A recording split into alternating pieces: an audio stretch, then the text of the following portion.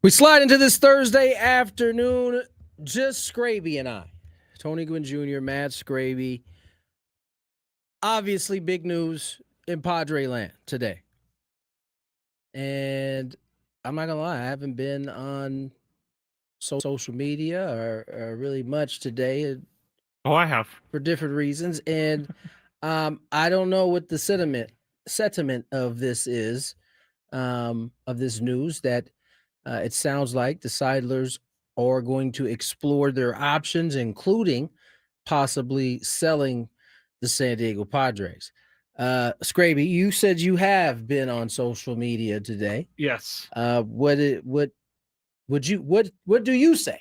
I say the sentiment among people is surprise, but there's about, I would say, 1 out of every 5 people is optimistic about it, thinking this might be a good thing for the franchise. One out of every how many? 1 out of every 5. 5.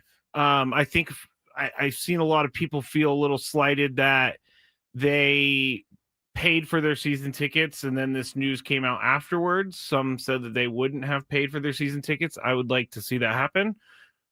Like, actually see them not pay for their tickets, because I believe they would anyway.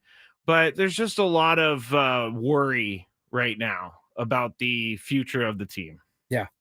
In a letter that was sent out, I don't know if it was a memo or whatnot, but there was an email to season ticket holders I put in there. Yeah, it says, I want to share with you that the family has decided to begin a process of evaluating our future with the Padres, including a potential sale of the franchise. We will undertake this process with integrity and professionalism in a way that honors Peter's legacy and love for the Padres and lays the foundation for the franchise long-term success. During the process, and as we prepare for the 2026 season, the Padres will continue to focus on putting every resource into winning a World Series championship. We remain fully committed to you, this team, and the San Diego community. It goes on, but you get the gist of kind of what's happening. And I think we have, from the moment that this situation went into litigation, I've always felt like this was going to be the end outcome. Unless one or two sides decided, came to an agreement of some sort. As long as it was in litigation, it seems like this is where it was headed. And it's not official, but it certainly sounds like that is indeed where we are headed. And I think, listen, having been here my whole life, I understand the worry that people have because, until recently, new ownership hasn't gone great. And so I understand people's trepidation on what it's going to look like. But at least from my perspective, I don't think the Seidler family has ever misled us in any way. And so if John says that he's going to make sure he ends up in the right hands, we have no choice but to trust. I mean, you can go down the rabbit hole of man, it's going to be the next cheapest owner. We're going to end up like such and such team. That's your prerogative for sure. I'm not going to go down that rabbit hole. Yeah, I think this is kind of where we were headed once it got into that kind of litigation period. Yeah, I do understand that. And we hadn't heard anything in a while. And we still haven't heard anything about the litigation. I've seen some people speculating that maybe this has been like settled or something, and that's why this is now coming out. But that's news that we just don't have the real story behind. No, not at all. And so if we hold that letter at its word, that also means that everything is as business as usual. Free agency, the signings, keeping the levels up to where they have been is important if the team is going to continue to compete while this is happening. I believe that they're going to try and compete because they want to maximize the value of the organization. It certainly wouldn't hurt things to win a World Series while you're trying to. Yeah. I mean, in that case, you just keep it. Like, I mean, you win a World Series, you keep your shares. We've certainly seen owners change their minds in the past. It wouldn't be the first time. The first thing I think about And the Padres have not done this. I'm not saying the Padres have done this or will do it, but the first thing I thought about was the recent sale or potential sale of the Twins. They were exploring sales. They traded away a bunch of their players, and then it fell through, and they kept the team anyway. And so now the Twins fans are like, well, great. We're stuck with the same people that didn't want to put money into the team. Not saying that's going to happen with the Padres, but Tony, I'm not going to lie. This worries me. I mean, that's not a surprise. You worry about pretty much everything. Yeah. Yes, this is true. I don't know. Listen, I don't know. None of us know where this is gonna end up. No, where it's gonna head. And so, at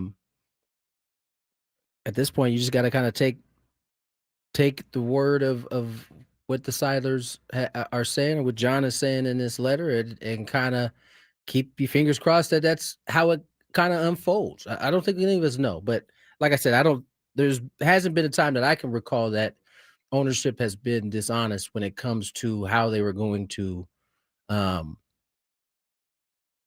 approach the roster and keep it where it is, that so that this team could be competitive. You know, they were under a cap last year, but they still spent money. They still fielded a very expensive team. I don't think that's going to change. What I do think is a new ownership group can see the potential for San Diego. They could see that this city rallies around the Padres. They could see that this team can be a moneymaker. It's been in sellout status pretty often over the last couple of years. So I mean, it certainly seems like this is as hot of a product as the city has ever had in terms of putting it up for sale at that time, right? Yeah. I don't know that there's been an ownership that could come to the table with a team, at least here in San Diego, at any of the Padres history, and feel pretty good about what they could get based on what the product has been here and how the fans have pretty much filled that bad boy up every night here at home. Yeah, the fans, I mean, you got to give the team credit too, because they have put money into the park. They put money into the team. They put money into a lot of things, and they have grown this team into a $2.5 billion valuation, which is massive. It's crazy. And that's what I think excites me most, is that there could be someone out there that's looking at this and can come in and have maybe a little bit of deeper pockets, get that one extra free agent, and compete. Because I don't, my biggest fear is that someone comes in and they gut the team. That's my biggest fear, which I think is not irrational. It's reasonable. It's reasonable for those who have been here for a long period of time, because that is how it has gone at times. Yes. And so, like I said, at the very beginning of this, I feel where the worry is coming from. I understand that worry. I just have the thought that, times are changing here in San Diego, and, it's about time it goes from one good owner to another good owner, if that is indeed what ends up being happening. We are conditioned, as you just said. We have been spoiled for this last 6 years. Yeah, been pretty elite in terms of the fan experience, and hadn't been the big one yet, but got to experience some things. There's also one other sentiment I'm seeing from some people out there, and it's that they're going to move the team. I don't believe that one bit. I don't either. I can't even begin to let my mind go there, just because they have a lease with Petco Park until 2033. They make so much money off of extra stuff at Petco Park.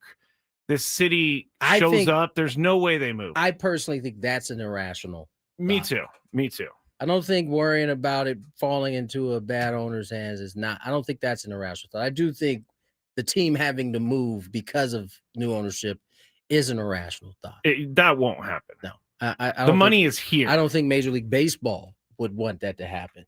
That would be a bad. They're already trying to realign. Like, having a team move someplace else would I think kind of throw cold water on it, or make it just more complicated than it needs to be. So I think that one is out of bounds. But nonetheless, it is the kind of big news. We got a short show today. Patriots and those mighty Jets. the mighty Jets. Jets. 4:30 after the show. Get a chance to talk a little bit about that. We got Chris Ello will join us 2:40. He was possibly going to join us in the overtime, but we haven't figured that whole part out yet. By the way, will be posted at some point after the show once we get done with it. But yeah, that's the kind of the big one today. Padres possibly up for sale. We'll see how this thing all kind of shakes out. We got a Big Five early today, 3:40 for those who are fans of the Big Five. Gwynn and Chris pick them to end the show. We also got Gwynn versus the fans as well in the 4 o'clock hour. Yes, no more made-up games in the middle of the show today. I appreciate people saying that my heart was in the right place, but the execution was poor. It was quite poor. All right, let's get to break. More Gwynn and Chris when we return. If your days are anything like mine, you need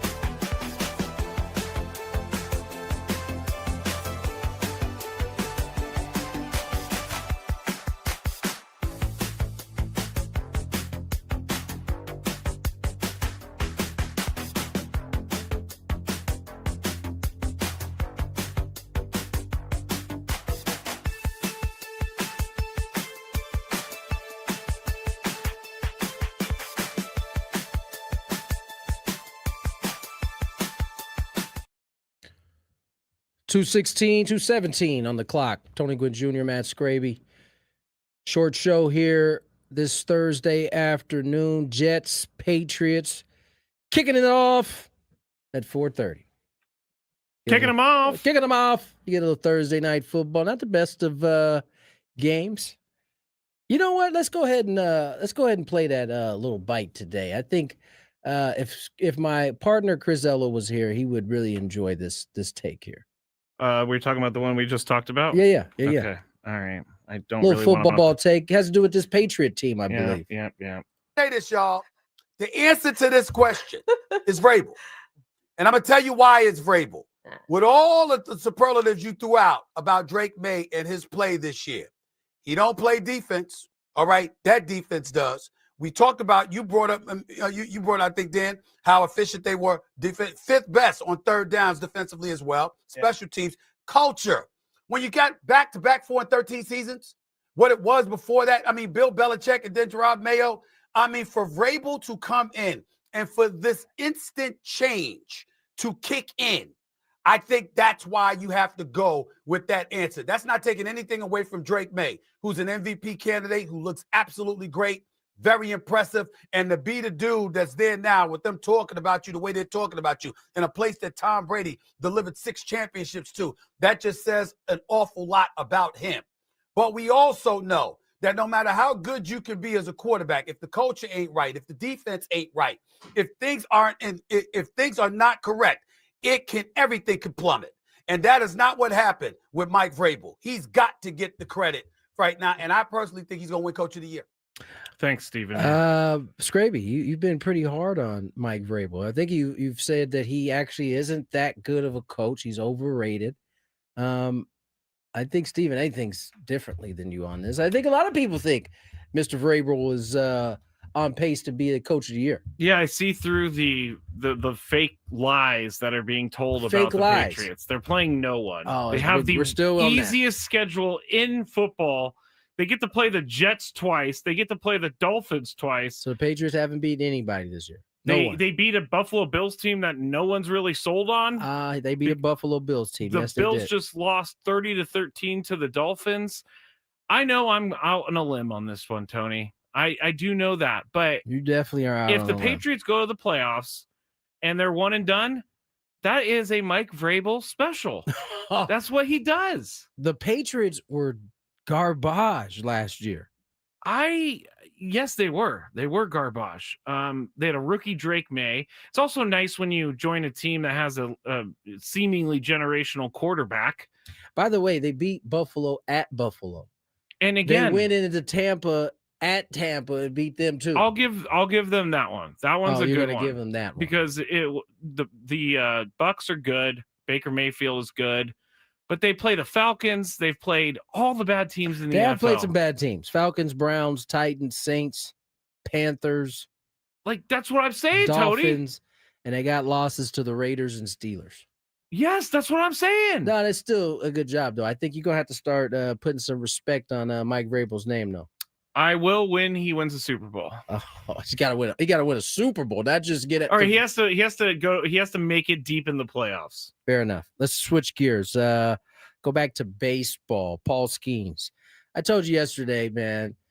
That was some real sucker stuff that his teammate, his supposed teammate, tried to start some noise about him wanting to go to the Yankees. He had to come out he felt the need to come out today and deny that. He basically said that the goal has always been to win and win in Pittsburgh. And he said he saw the report, but didn't give it too much thought. I don't know why this was released to begin with. I think it was just something to make news on the day he was up for Cy Young. I mean, that's kind of weird, but I believe Paul Skenes. I don't think Paul Skenes is trying to get out of there just yet. Yeah, and I mean, he doesn't have a choice. He doesn't have a choice. He's locked in through the rest of this decade. Like, I mean, he's going to be there until 30. Yeah, he's not going he's to be 30, there. But 2030. You know what I'm saying? Yeah, so, 2030. Like, he's under team control. So they don't have to do anything. And Ben Sherrington, the GM of the Pittsburgh Pirates, virtually said the same thing. He gets calls on him fairly frequently, and the answer's pretty consistent. And so for my question is, why do the Pirates care to keep him when they're not going to build a team around him? it's not that there's no reason to move him now. You can just enjoy his services for a few years and then move. I mean, it's not to say that they're not going to ever move him. It's just they're not inclined to do it right now. I get that. It just seems inevitable. And well, the Pirates love to be mediocre. Maybe they sell the team and an owner takes over in the next 3 years. That is, you think Nutting is going to give it away? Probably not. He's not. He's definitely not. Probably not. He doesn't seem like it seems like he's feeling quite comfortable where it's at. Paul Skenes, the human being, is starting to grow on me a little bit because what was he before the human being element? I kind of missing it. I thought he was. I was just pitting him against Jackson Merrill, so I had to hate him. Gotcha. But now I think it's funny when they put up his last year's celebration of winning Rookie of the Year and then put up this year's celebration of winning the Cy Young. Almost identical. Yeah. Like he does not. I really told you get he too only high. has two emotions, so there's only like two different facial looks you get. It's true.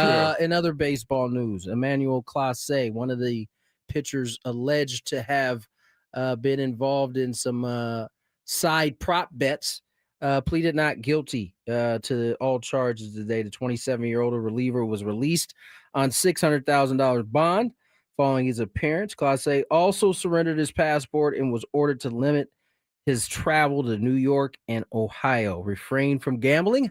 You don't think? And submit to a GPS monitoring. So, wow, he can't even go back to the Dominican. And not to say that he was going to be there anyway, but apparently he flew back into JFK. The Alphabet Boys were right there, hooked him up. That's a nerve-wracking flight. I bet. Like as soon as I land, I'm getting arrested. He was ready for it. He said he was dressed in a blazer and some nice jeans, so he was at least going to look right as he had to get in his jumpsuit that he has. I get why they do not guilty, because obviously they want to try to plea down to something, or they think that they're not guilty. You're right. I know it's a crazy. It's a crazy concept. If we can't believe the FBI in this one, then I definitely cannot believe the FBI in the Ohtani thing.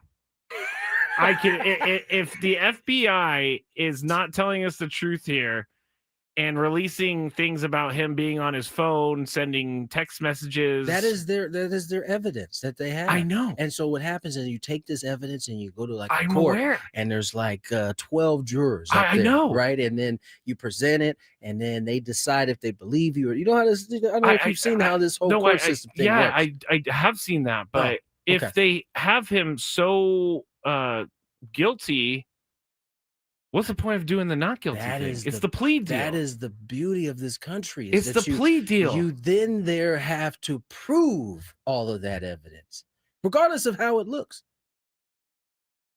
I get what you're saying. Well, we know what the result is. But it feels like you want to do it a different way. $600,000 bond is nothing to sneeze at. Listen, no, it's not. It's a great point. Usually that bond is it's not a real indicator, but it lets you know how serious the charges are you have against you. Or I guess they think you're a flight risk or something like that, but I don't know. Yeah, this is it's only going to get more and more interesting as it goes. Luis L. Ortiz, the other alleged co-conspirator, pled not guilty yesterday in court. So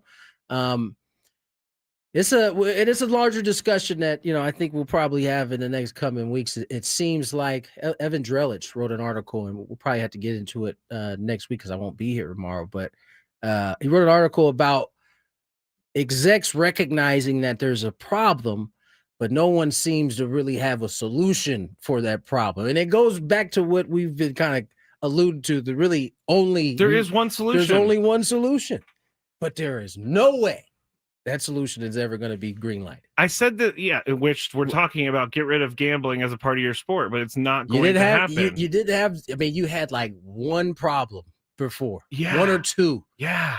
Now you're literally having these things pop up way more often. I said this on the Skraby show last night because I think they just need to get rid of the pitch level wagers, is what they're calling.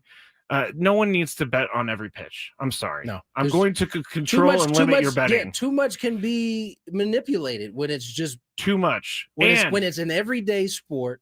A guy is going to throw somewhere in the realm of, on a good day, 100+ pitches. Yeah.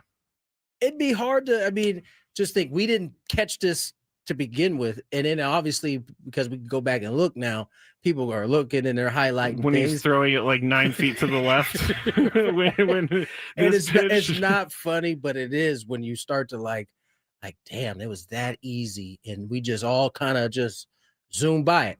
Yeah. And Clase is seemingly, from what I've read, the guy who recruited Ortiz. The new development today is that I saw that I hadn't seen before was that he actually didn't start asking for payouts until this year. Like he was just doing it for what? He was just doing it for his buddies who made something I think was like 460. Not a lot of money. $460,000 they made. Yeah. Off of him being able to, manipulate his pitch on those selected ones, and he wasn't asking for money until this year. I will never understand why he did this because he threw away his career for $460,000 on a level of like friendship. I assume he knew these dudes and he was doing them a favor at least before he started asking for money. Once you started asking for money, then it gets real sleazy at that point. It's one thing to be like, you know what? Fine, I'll throw these couple balls in the dirt, see if get you guys some loot. Everything will be all good. And then, well, you know what? Now that I'm doing it, why don't you kick me down about $5,000 every time I do it? Yeah, and that's when they are like, "We're being investigated by the FBI, and we just gave your name." I don't understand any of this. Like Ortiz, I don't really know much about him, but I know that Clase is a high leverage closer. What I do know about Luis L. Ortiz is he was in the big leagues. Yes, and he was making at least 600. Yeah. He made 5,000 or something around there. I want it not to be true so bad. I would take $5,000, but not if I was already making 600. The math ain't mathing. No, brother. the math doesn't math. You can't do that. It doesn't. Let's get to break. More Gwynn and Chris on the other side. Chris Ello. Oh, Chris is going to join us. That's from right. Hopefully. So actually, more Gwynn and Chris on the other side. Like I said, the biggest guest.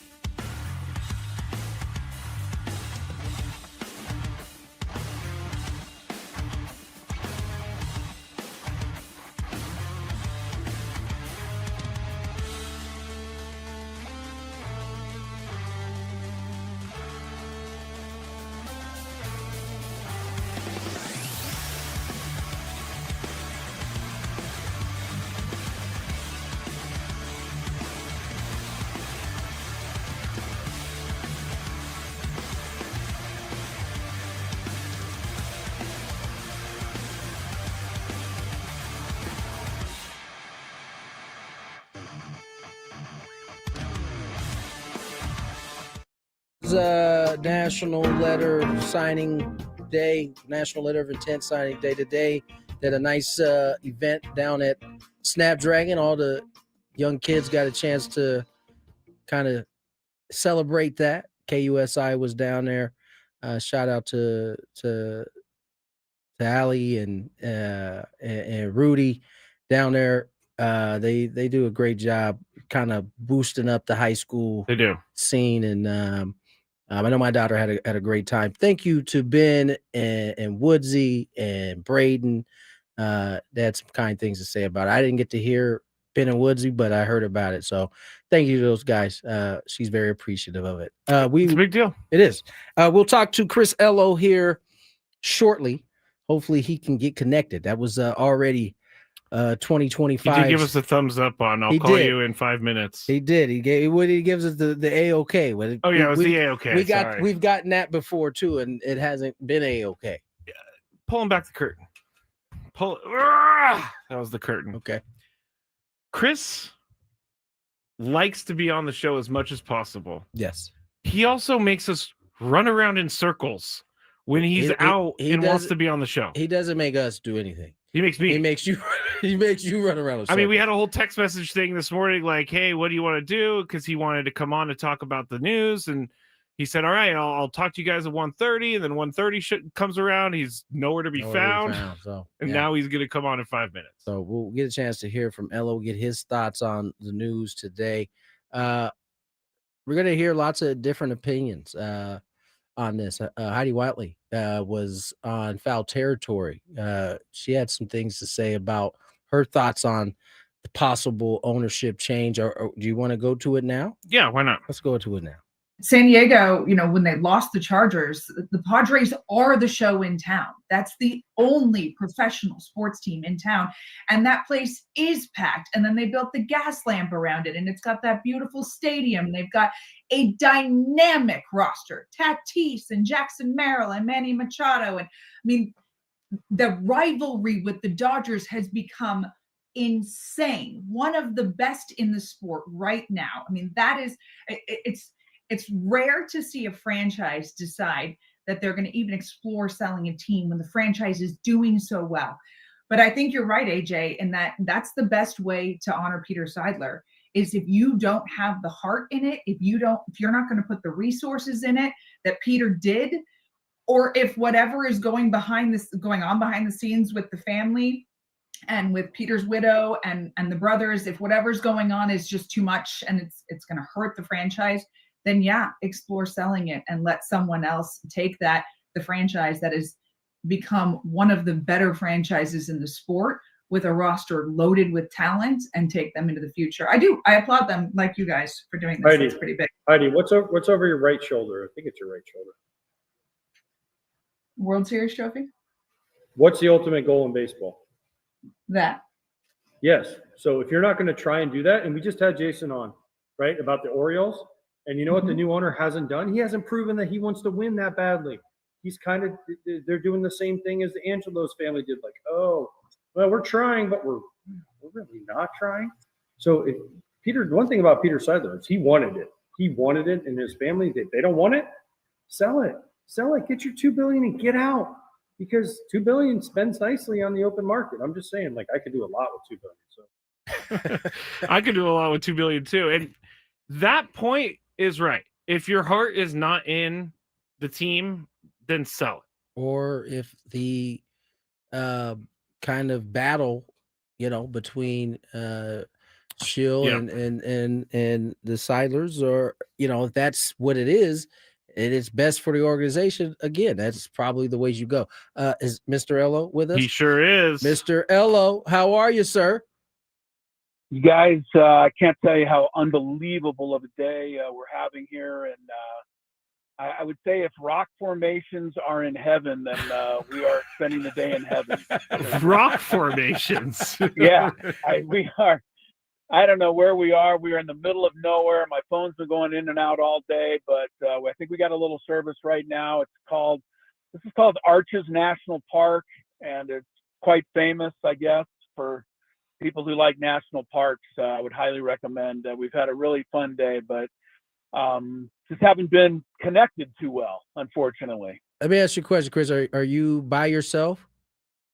Lori is right here with me, Okay, my assistant. let me ask you a question. His assistant. Has your godson Yeah. has your godson figured out the numbers game yet?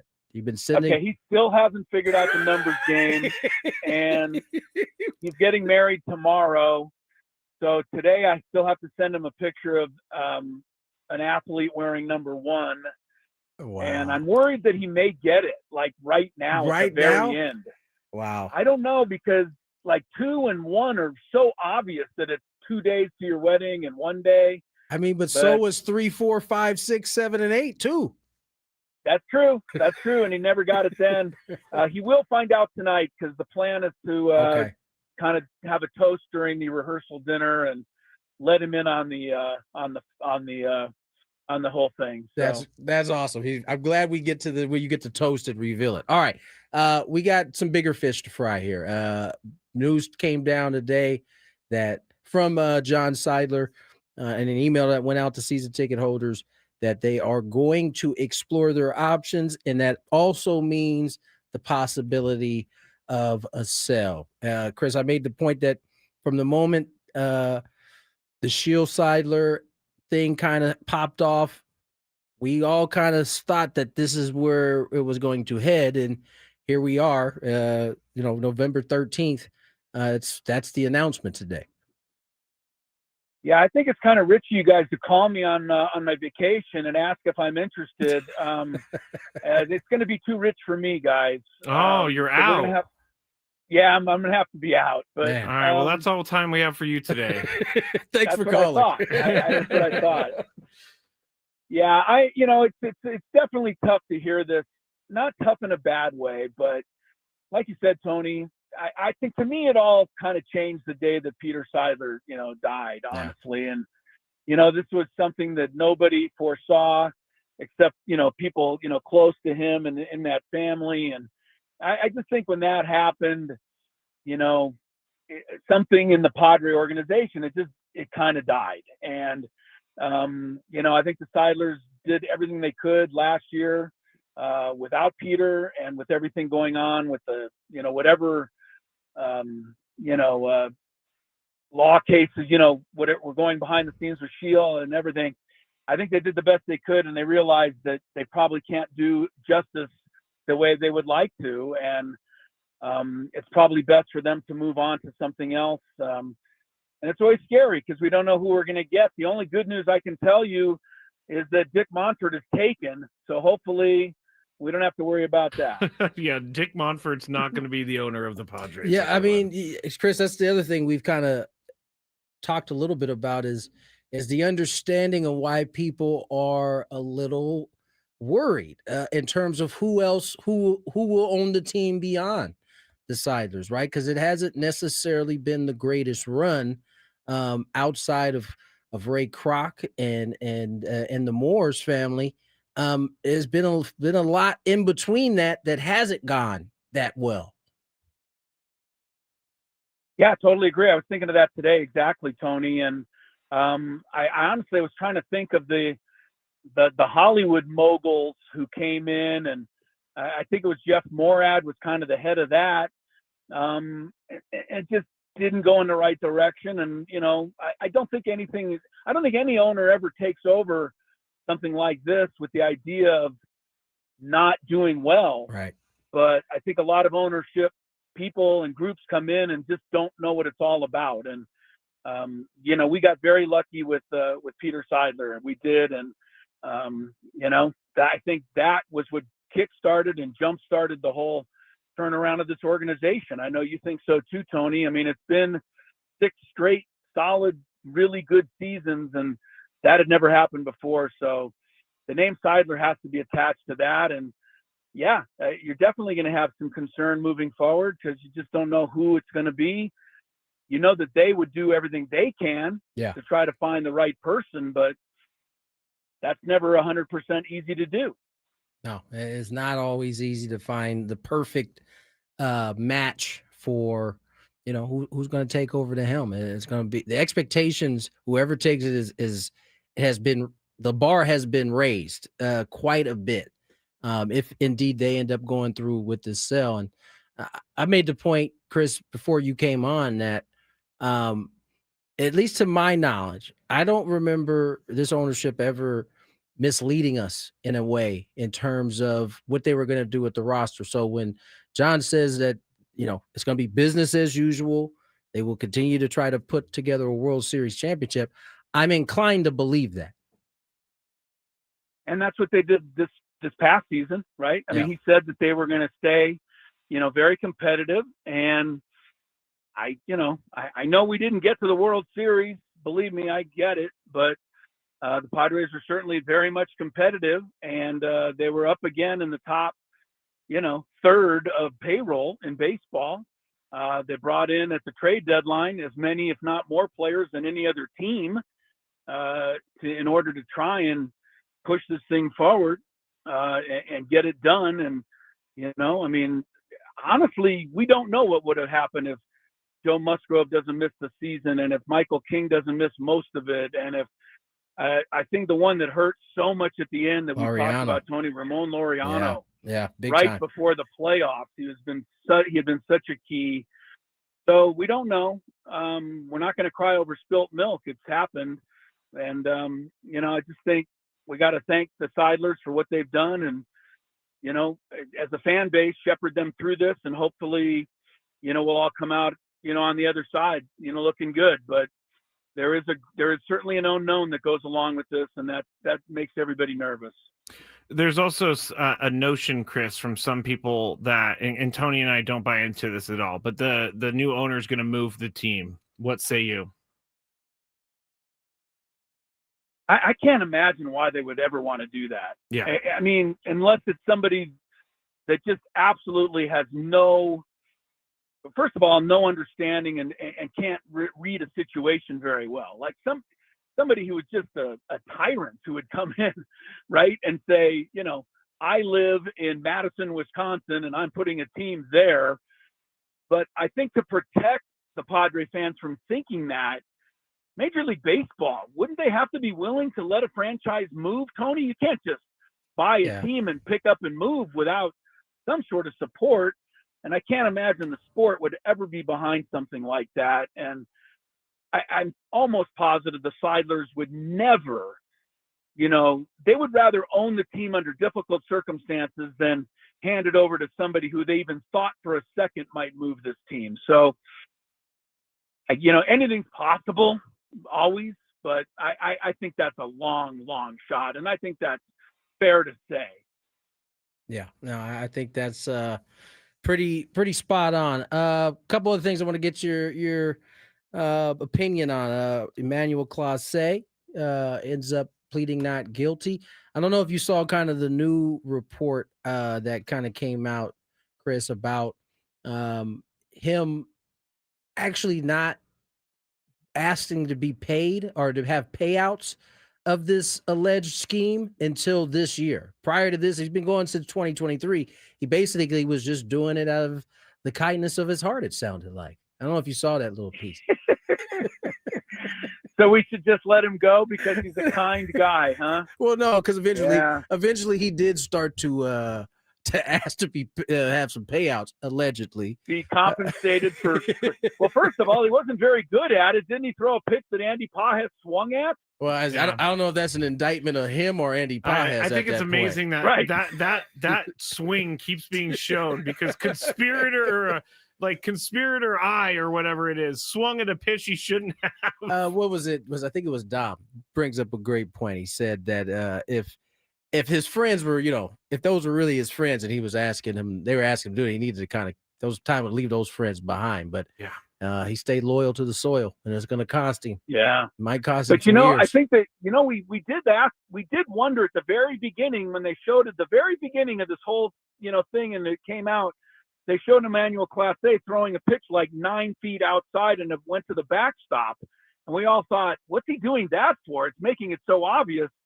But he was worried about another Andy Pajes situation. So he had to make sure. There's also these guys have to be. as nice as Emmanuel's trying to come off, these guys both have to go up the river for the good of the sport. That just has to happen. There's also video out there of Clase striking out a guy and then turning around Dropping and an saying F-bomb. the F-bomb I like he saw was that. angry at himself for striking out a guy.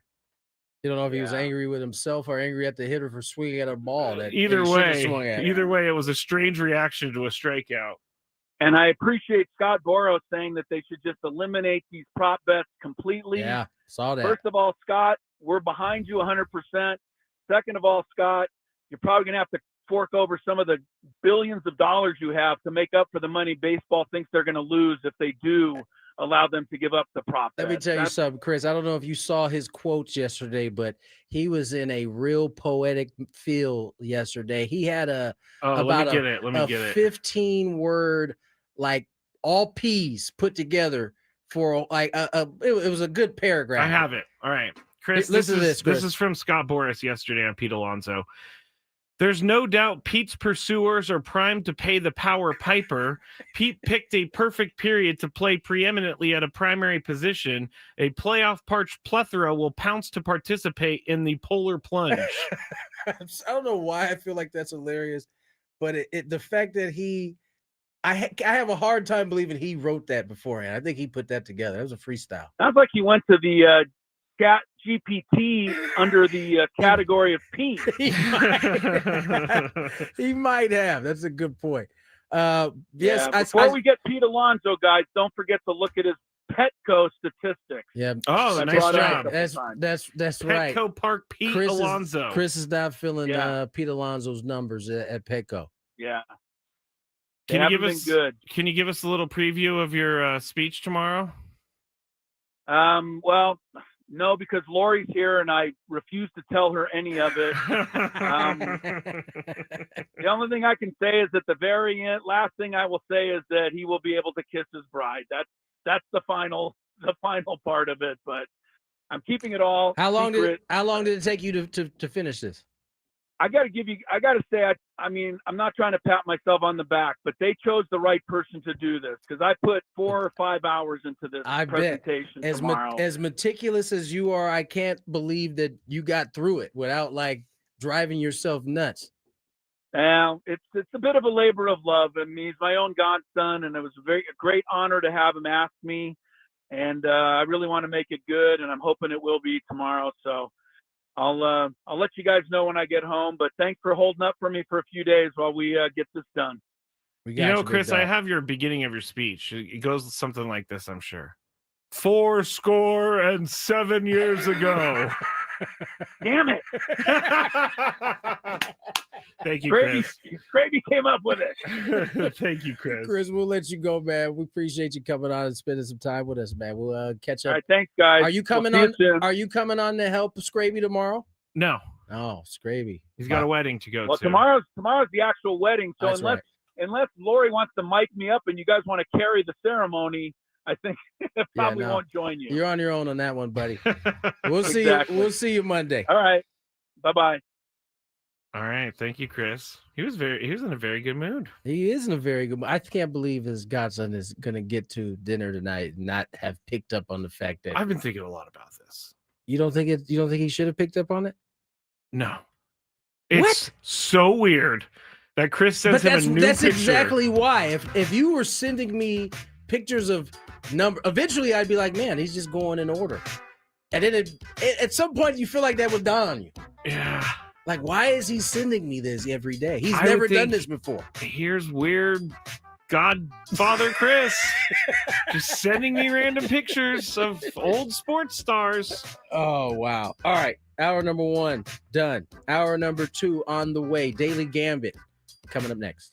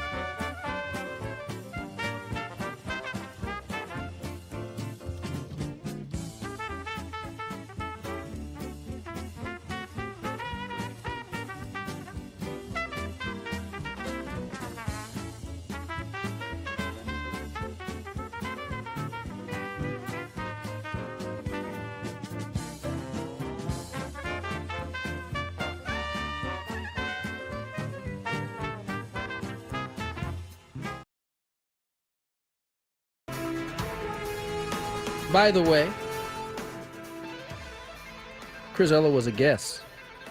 And all guests on 97.3 The Fan join us via the David P. Shapiro fan hotline. David P. Shapiro, criminal defense attorneys, helping good people regain control of their future when charged with a crime since 2010. Visit davidpshapirolaw.com. Got Daily Gambit. Couple bets to get to. Laker one did not turn out well for your boy TG. No. So that was disappointing. Yeah. We got to get to this couple breaking. Well, this one's certainly breaking. This one's hot. It's about 30 minutes ago. It just, the gambling thing just keeps getting like new legs and There's more other pieces to it. Yes. 14 arrested in betting ring involving athletes. They haven't said the schools that are involved yet, but New Jersey, we talking mafia. I mean, it's real mafia too. Like, like Rocco and what was? I'll let you be the judge as we get into it. But all right. Let's hop into this Daily Gambit first, and if we have time, we'll get to that story. Do you like money? I think about money a lot. Do you like money without doing anything? Winning. Do you want to make money while watching sports? I think Washington is immortal luck. Washington! Woohoo! If you answered yes, this is your segment. Just don't blame us when you lose. Nothing is ever your fault. It's your game. Take it. Gwynn and Chris go through the top bets of the day in the Daily Gambit on 97.3 The Fan. Daily Gambit is our daily sports betting segment here on Gwynn and Chris. Please, everybody, gamble responsibly and don't listen to Emmanuel Classe. I don't know. I guess you should listen to Emmanuel Classe. Can we just go back 5 seconds so I can reverse? Yeah, time? I fortunately for me, I wasn't listening. Okay, good. So I didn't hear it, but All it right. might be unfortunate I didn't catch you before you said it. Thank you for not listening. We're just going to move right on to the All bets right. that we made yesterday. The first one we did was Bulls at the Pistons. You went Pistons. I went Bulls. The Bulls were 1.5 point favorites. Pistons won 124-113. So Bulls back to being the Bulls. Lakers at the Thunder. We both chose the Lakers plus 8.5. Wasn't even close. 121-92. You have to say it like that? Wasn't even close. 29 points. Who scores more in their game, Nikola Jokic or James Harden? We both said James Harden. That was stupid. That was double nickel for Nikola Jokic, 55 points. Tyrone Lue, their head coach. What about him? He was asked after the game, what was the game plan? He said the game plan was to make him a scorer and not let him facilitate. I just didn't think he was going to score 55. Yeah, when you lay off one thing, it opens up something else. So he won that one because Harden only had 23 points. We were wrong on that. And then I did my 6-leg parlay. 6 players to score 25 plus points in their game last night. We both said don't make this bet. I went to the first one, Luka plus 25 points. Nope. No, he had 19. So I didn't even look. It was done then. Didn't even look at the rest of them. I'm curious. I'm about to go back and look now. Did SGA have more than 25? I don't know. I'll get to that. Go ahead. You can finish. Okay. Well, that's it for those. The bets for tonight. Now, this game between the Patriots and the Jets is in New England, but the Patriots are favored by 12.5 points, Tony. In New England. SGA had 30, by the way. Okay, so he works. Nikola Jokic had 55. I don't know if Kevin Durant. I'll get to that. Go ahead. Ask your question now. Do you think the Patriots, who are you going to pick? Patriots minus 12.5.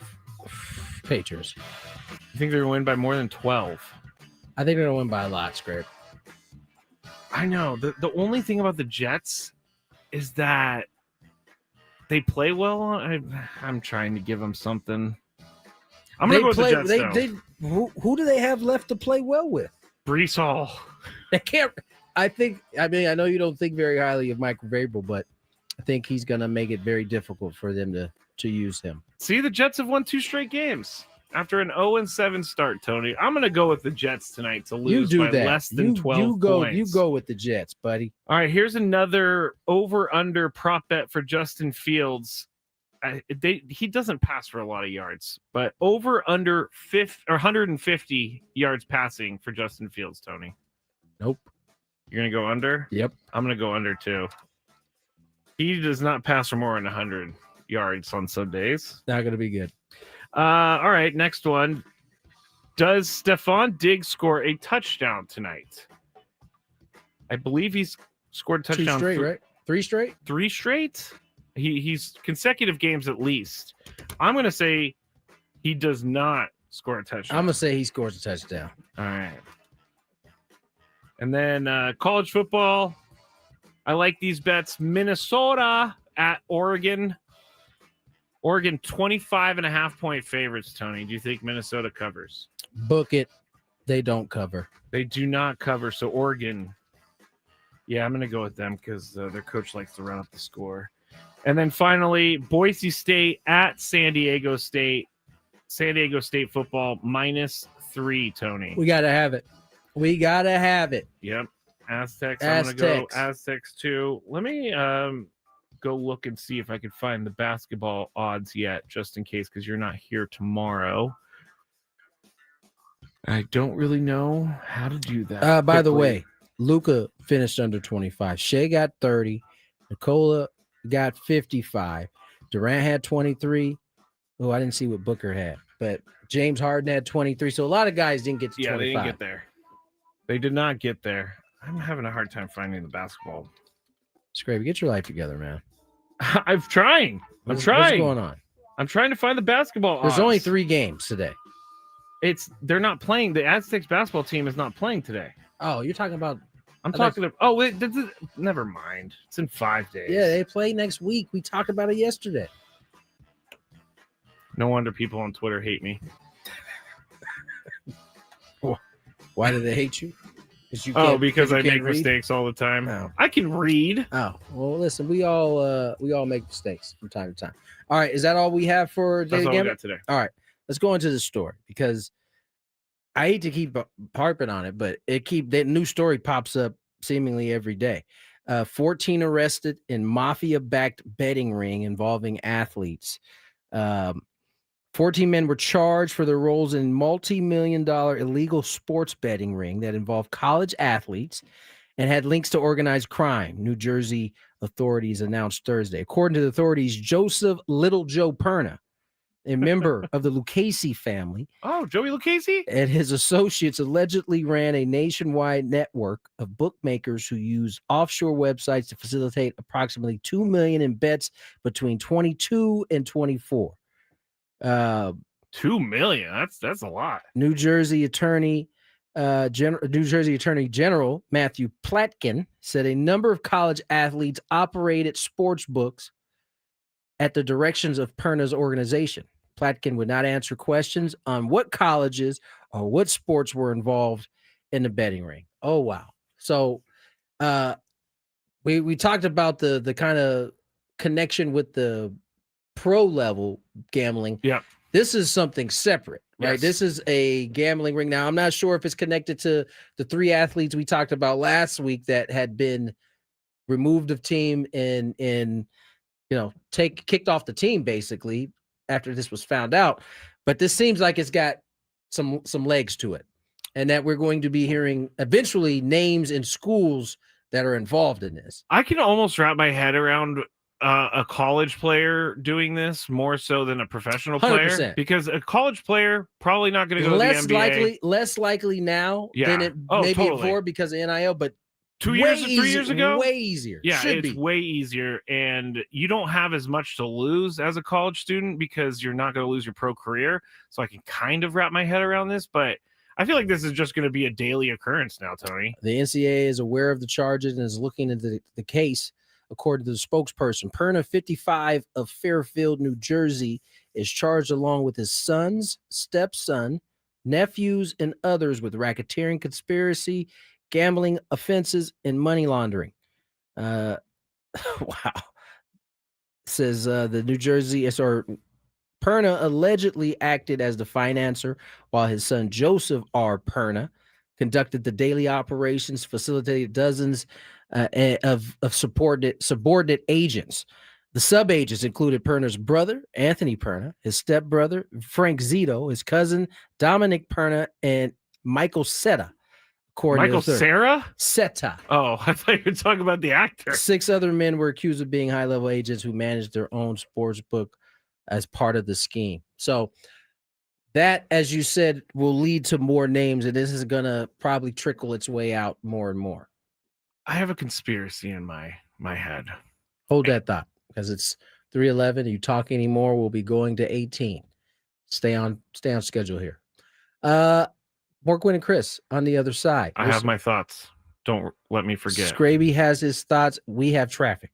When it comes to the security of your business,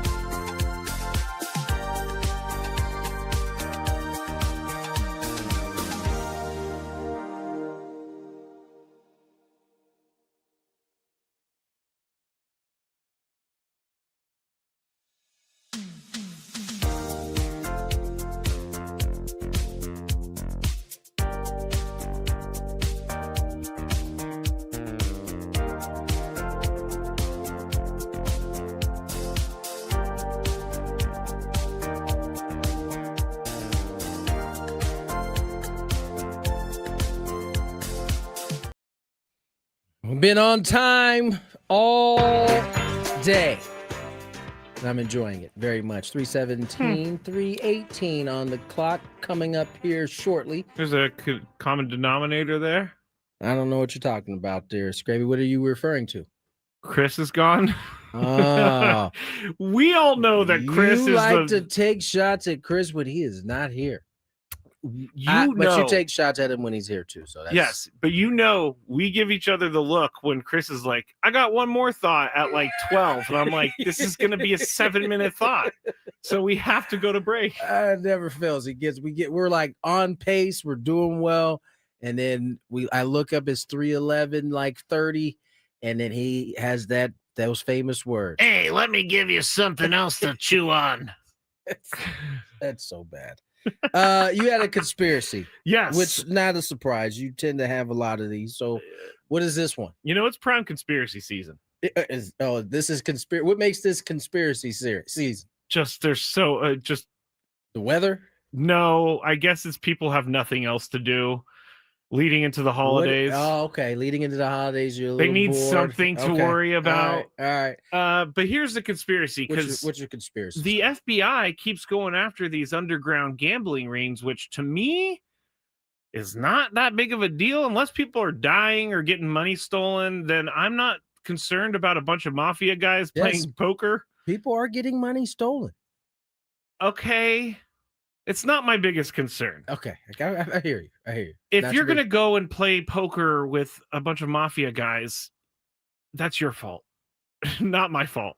Okay. Here's the conspiracy. What's the conspiracy? The FBI is going after all of these underground gambling rings because FanDuel and DraftKings and other sports betting websites are in the pocket of the government. And they want they want all the money to themselves. So they want all of this big money that's being spent on these underground gambling rings. What's the incentive for the government to do this? They get good press by taking down the mafia. All right. And I think that these FanDuel, DraftKings, they have enough money to make a difference. I mean, they're making so much money on a daily basis. FanDuel or DraftKings is tripping about the $2 million that they lost from this particular? No. So what's the point then? I see what you're saying. $2 million? No. But years worth of underground gambling? Yes. They want all the people to come to their website because they're predators. It's not a crazy conspiracy. Thank you. I don't know that it's true, but it's not crazy. Would you consider DraftKings and FanDuel predatory? No, I don't think so. Oh, okay. I mean, we're all adults. We are adults, but sending emails to guys that just spent $1,000 and say, "Hey, we'll give you $300 in free cash if you deposit now." I think that's kind of how it goes.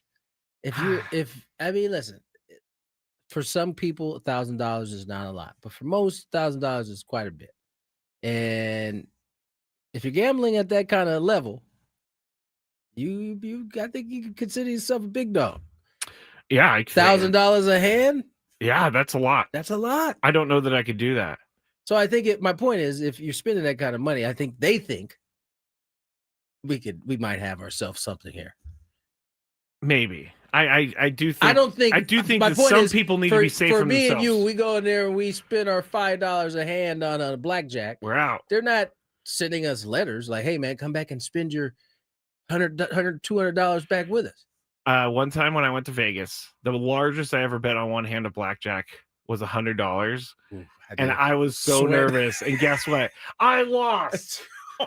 It was one of those like 6-card 21s that the dealer got. And you told yourself, "I'll never do that again." Yeah, I'm not doing the $100 thing again. Like I have a system. I haven't gambled. I haven't done blackjack in a long time, but I have a system. Too. Yeah, for sure. If I win, I add another chip. And then I keep adding, but I never chase my loss. Right. If I lose, I go back to the bottom and then I build back up, which is not easy to do. I like that system. That's a good system. Not easy to do for a guy who has zero patience and is addicted to everything. Yeah, no, you probably should just stay away from the table to be exact. Skraby, Skraby's holding up this Rubik's Cube. Yes. I got my Rubik's Cube challenge tonight. I can't believe you guys out there have convinced him that this would be a good use of his time and that you guys would be entertained by this. This is, to me, this is a lot like the kids now who watch other kids play video games on TV. Yeah, someone convinced me, as you said, but the reason I came up with this, because there was some kid who solved a Rubik's Cube in like 3 seconds. That's not you, though. I know. And I said on the air, I don't think I could solve a Rubik's Cube in 45 minutes. Let me help you. I know you can. But I'm going to try it. It's going to be on the Skraby Show YouTube live at 5:15. I'm going to, try to do this. You can ask questions. We could chat. We could have fun. I really hope that you guys tune in, because I don't think this is going to be very entertaining at all. I'm just turning it like crazy right now just to mess it up, because when I bought it, I didn't want to turn it so that it would like get all messed up and I would never be able to put it back in order. You're again. never going to be able to put it back in order again. Okay. All right. Well, you'll see tomorrow. Well, you're not going to be here tomorrow to celebrate in my Rubik's Cube success. All right. Let's switch gears. NFL. Every year, probably around, I feel like it's summertime, the Athletic or somebody does a report card on each NFL team. This is where we find out that some of the facilities are trash. Some of the family accommodations are not very good. Some are very good. And we all get a kick out of it, and we all go, oh, yeah, that makes sense. Yeah. It's such and such team. Or that's surprising. We've had a couple of those. Well, the NFL is not happy with the NFLPA. They have filed a grievance against the NFL Players Association, asking the union to stop its annual team report cards and saying the exercise violates the collective bargaining agreement by airing public criticism of teams, according to documents obtained by ESPN. The league claims the report cards, which poll players on various aspects of working conditions, violate a CBA clause that says NFL owners and the union must use reasonable efforts to curtail public comments by club personnel or players which express criticism of any club, its coach, or its operation and policies, according to the August letter from the league's management council to the NFLPA general counsel, Tom DePaso, that was obtained by ESPN. This feels quite petty, I feel like. Yes, it is. And it's like, don't let people know we're not spending money on you guys. But this is one of my favorite parts of the NFL season. Yeah. Is this report that comes out. It is because like the players write notes and it's like, didn't have a changing room for my wife. Right.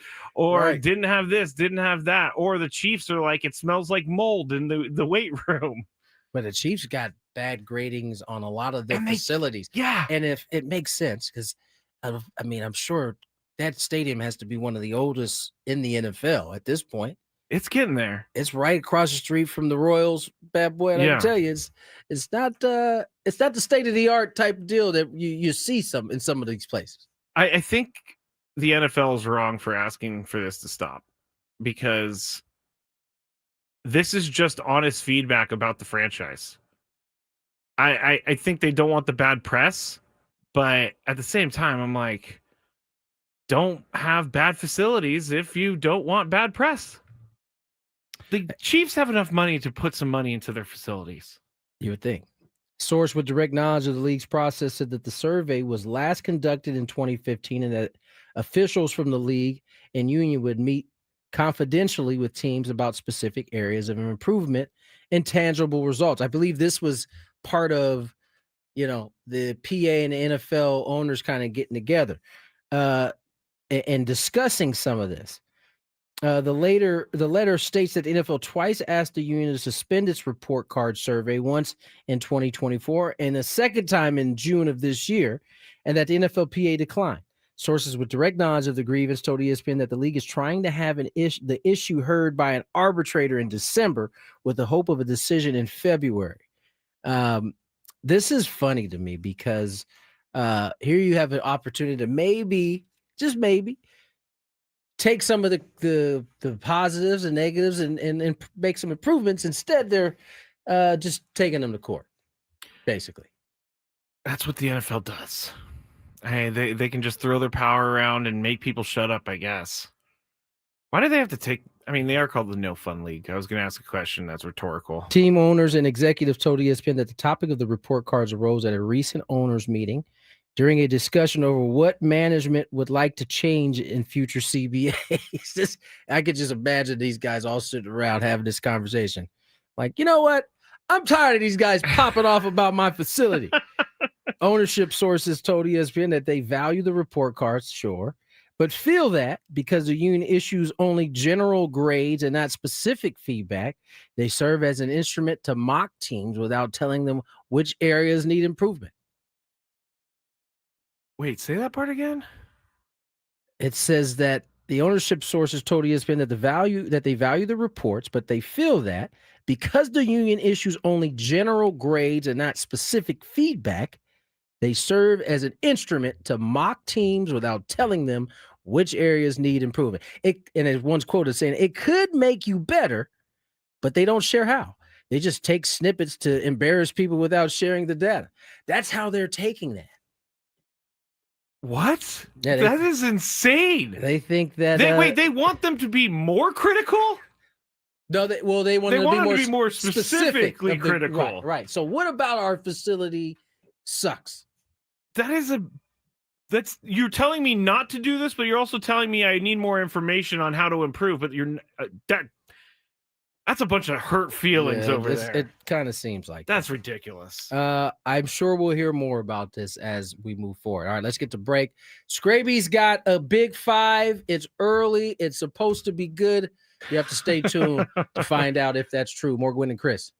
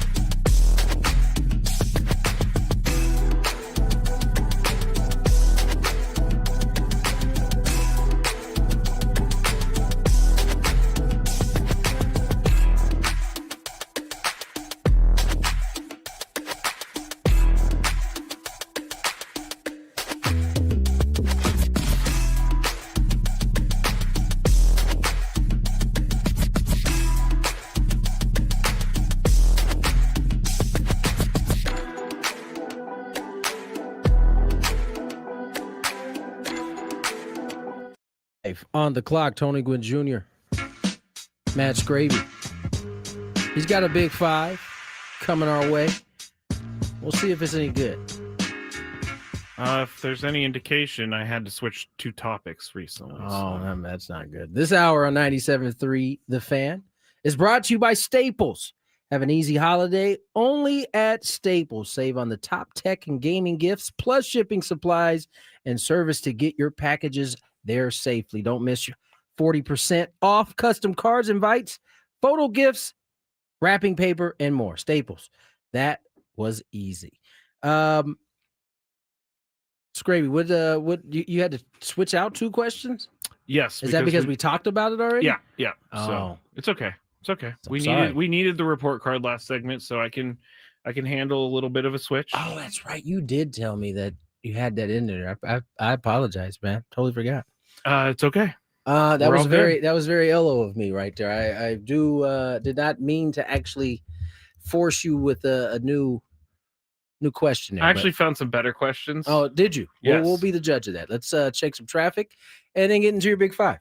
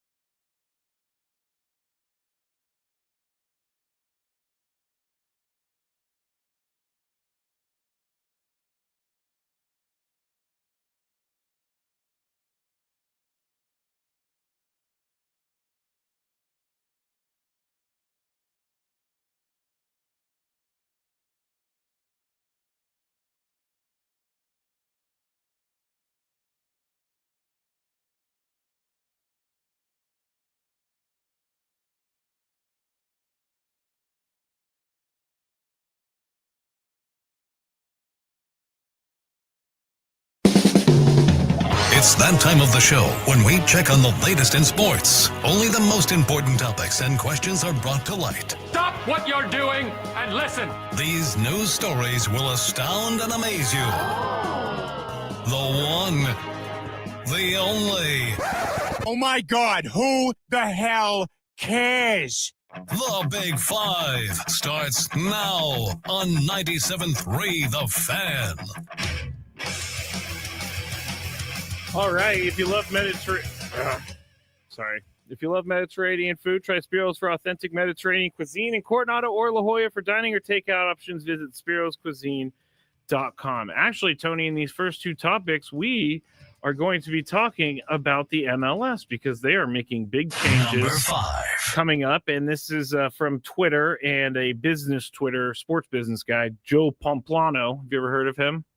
Pomplano. Yes. Okay, so he tweeted earlier today, Apple TV is eliminating MLS Season Pass next year. Rather than making subscribers pay an additional fee to access MLS content, all of the league's matches will be available to every Apple TV subscriber with their standard plan. Tony, how good of an idea is this on a scale from It's a 1 to great 10? point, especially for the likes of Chris Ello, who was going to refuse to watch SDFC if he had to purchase the MLS pass, which is no longer. Yes. There is not exclusivity to Apple TV in the way that won't allow you to watch it. And so I think it's good. I had already decided to bite the bullet to go ahead and get the MLS You pass. did, yeah. But this is good. I think this is good for it's going to allow more people to see it that aren't willing to get MLS pass and pay that money to have, watch all the games. Yeah. Skraby, what do you think? Well, Skraby, what do you think?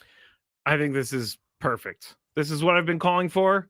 Apple TV is accessible in the houses of most people. MLS Season Pass is just another, expense for you. But this is going to open it up so much more for people that wouldn't normally buy it, like me, right? Like Chris, like some other people I know. So one thing I could say about the MLS is that they are working on making this a bigger sport in the US.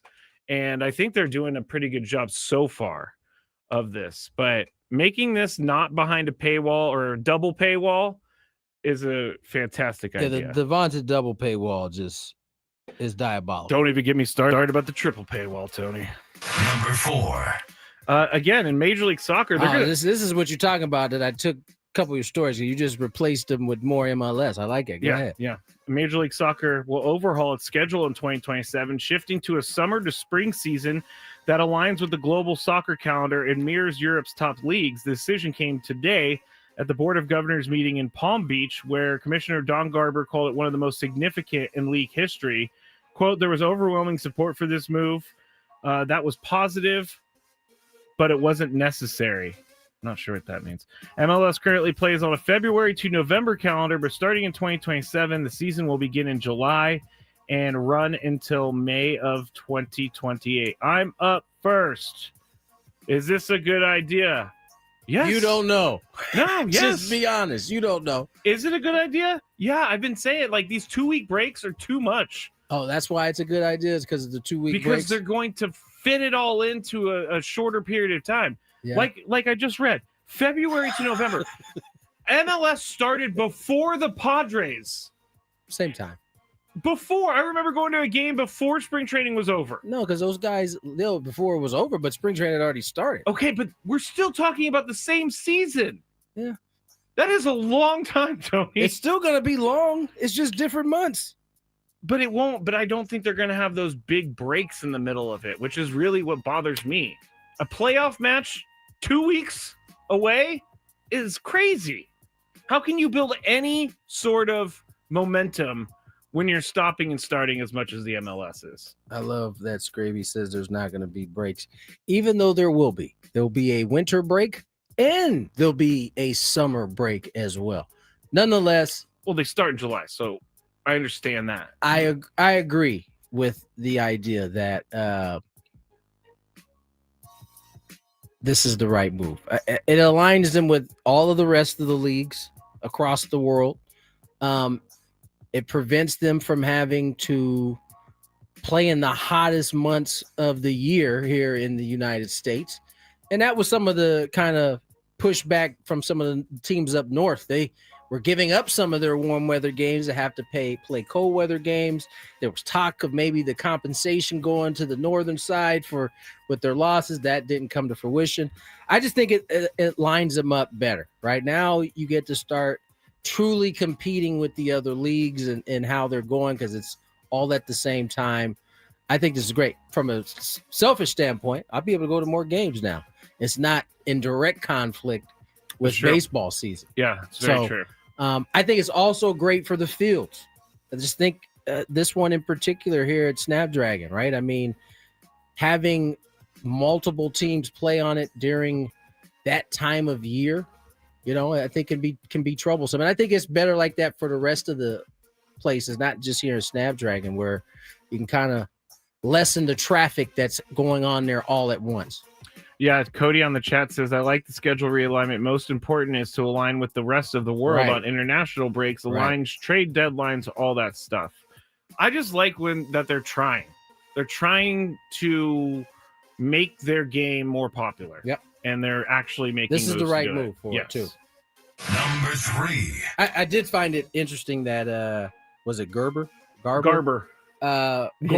His comments about it being a positive change, but not necessary. Yeah, that's leading me to believe that maybe he wasn't necessarily agreeing with it. He also declined to reveal the results of the vote, so maybe it was closer than we thought. But why say that was positive, but it wasn't necessary? Yeah, is that his ego that speaking? Seems a little salty right there. It seems like he's really loving his own schedule that he came up with or something. But anyway, they are trying to make it better.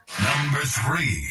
Golden State Warriors Stephen Curry and Under Armour are parting ways and ending their long-standing partnership. The sides announced today. Curry's standalone endeavor, Curry Brand, will move forward independently. His shoes will release as planned through Under Armour during 2026, but he is now entering sneaker free agency. He left Nike and signed with Under Armour in 2013, several years into his NBA career, but before he was the MVP and global celebrity that he is. Steph said in a press release, quote, Under Armour believed in me early in my career and gave me the space to build something much bigger and more impactful than a shoe. I'll always be grateful for that. Tony, is this a smart move by Steph? Yeah, probably. I don't know that he needs Under Armour no more to sell his brand at this point. It's pretty well put together, pretty bulletproof as of now. So Steph might be the biggest. He might be bigger than Under Armour, honestly, at this point. So I think it's business-wise probably the right move. Now, that doesn't mean he's going to go to another shoe company. He could just do it independent from here. I mean, I think he's certainly has the means to do it at this point. Yes. He's got the bankroll. He's got the bankroll, but maybe he feels like his brand could be elevated with another company. I don't know. It'd be interesting to see how this one falls for him. Just don't go to the people that made the Big Baller brand shoes because I think those they're are out terrible. of business. Big Baller brand's out of business? I think so. Wow. I think it's a smart move by Steph, but it's risky. It's risky to start on your own thing, but you're right. He's a worldwide name at this point in the NBA. I don't know that Curry brand is my favorite name for his clothing company, but I don't get it. I don't think he's asking you. Exactly. What do you think his brand should be? It makes me think of food instead of clothes, but whatever. But Steph's going to probably make this work because he's a successful guy. Number 2. Before being named, Tony, here's where all the bad stuff starts to come out about Brian Daboll. You know how when coaches get fired? Of course. Here it comes. Here it comes. The avalanche of this guy was no good. He was such a bad man behind closed doors. So when we talked about Mike Schilt and all those people coming out, we said it's no different than any other sport or any other coach. And here's an example of that because Mike Kafka, before he was named interim coach of the Giants, he was reportedly almost stripped of his duties by Brian Daboll. ESPN's Jordan Renan spoke to one Giants player who described an instance of Daboll, quote, exploding and threatening to take away play calling from assistant head coach offensive coordinator Mike Kafka after tight end Theo Johnson dropped a crucial third down pass downfield against the Eagles. I think he was more worried about his job and the guy dropped a big pass. But anyway, how much do you believe these things, Tony? This is so hard because it's predictable now. And so when it become predictable, you start wondering, is there any truth to it?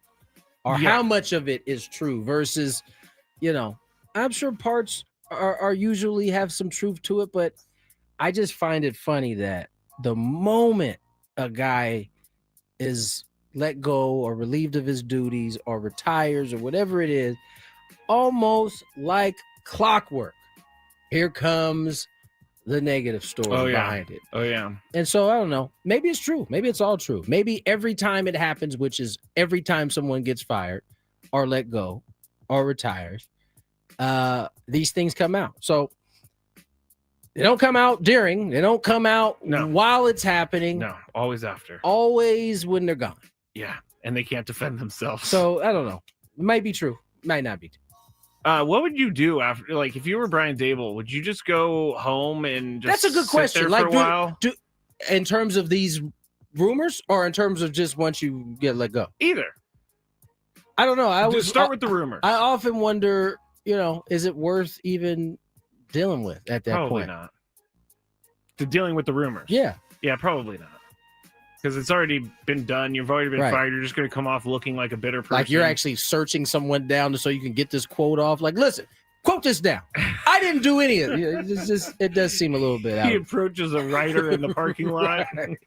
I don't know how much I could believe these things, but I'm not saying that it's not possible to be true, but I just find it odd that I can't think of the last time someone fired, retired, any of those things, and we didn't have a story there following after at some point. I would also imagine that this happens normally within an NFL locker room from time to time. Absolutely. Coaches getting angry at each other. To your point, like, he had to know his job was on the line. He probably is just stressing out. Like, you just cost me my job, Theo. Stop calling plays for him.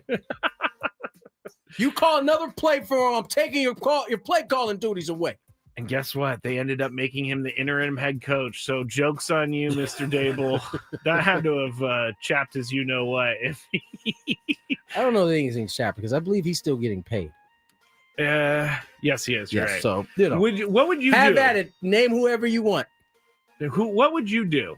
Like, would you go home and just turn off the TV and not deal with anything for a week or so? I would imagine so. That's probably a pretty stressful 2 years he had. I mean, you go from working 90 hours a week hot to nothing. seat. He was on the hot seat for literally 2 seasons. A season and a half. No, about 2 seasons. Yeah, he was. There was questions coming into this Yeah. year. Questions going into last year.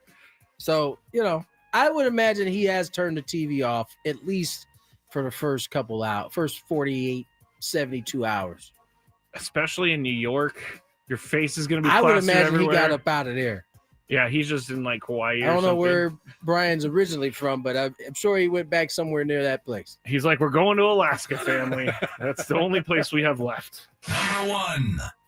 The New York Jets and their 32nd ranked passing offense will be without star wide receiver Garrett Wilson for at least the next 4 games, as he was placed on injured reserve Thursday for the first time in his career, I might add. My question here, Tony, it's week 11. By the time he gets back, it's week 15. Do you think the Jets should play Garrett Wilson the rest of this year? Yes, because he's on my fantasy team. So, yes, I think they should He's play. going to come back for fantasy playoffs? Yeah. If that's what it takes. No, he probably shouldn't play. No.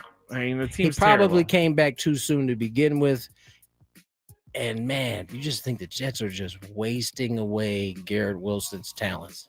He's got to be thinking about that. I'm sure. And you know what's funny is he has tried to be like the whatever quarterback was in there. We're going to do this. He was a professional. And then, you know, your professionalism starts to get chipped away at when you have this many seasons in a row like this.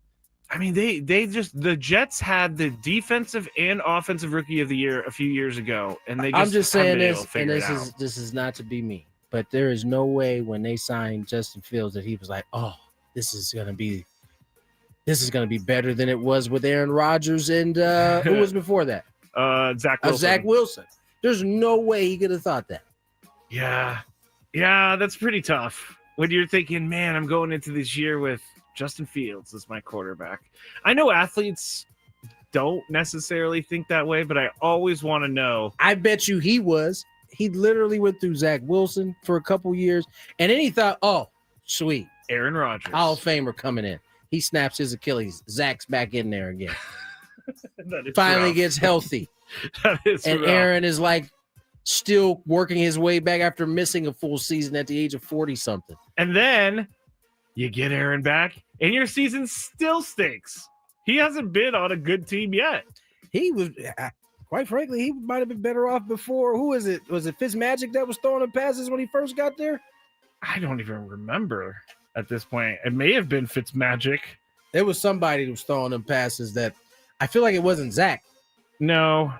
He had one good year before Zach showed up. I think of the Jets. I'm going to look It's up Jets kind of hard. starters. You don't hurt yourself. You got any more questions? No, that was it. I'm going to try to go to the Wikipedia. That would have been, what, 2023? Maybe a little bit before that. Well, maybe we'll look this up on the break. Yeah, we'll do that. Let's get the break. It was Zach Wilson in 22. Oof. He's on the Dolphins. Backed now. up by Mike White and Joe Flacco. Joe Flacco. Oh, that's right. Started 9 games that year.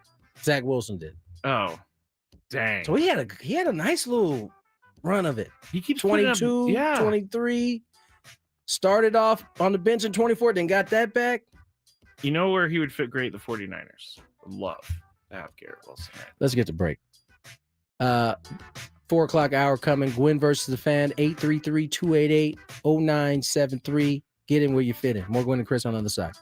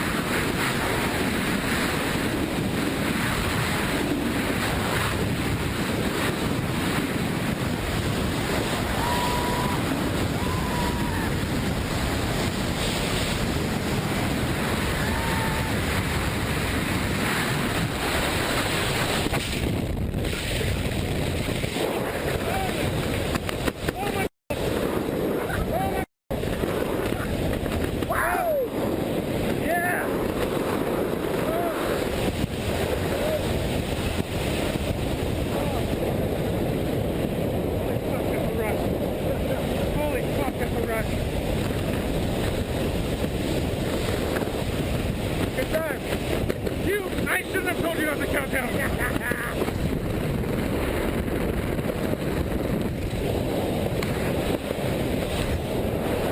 was pretty fucking awesome. Okay, take goggles down to your neck. Crash landing, huh? What? We're gonna crash land. More or less. We're gonna hit the ground. Keep my knee. Don't worry about it. Pick up. Punch up. Lay it on all the way down. Lay that brake. All the way. Here we go. Up there.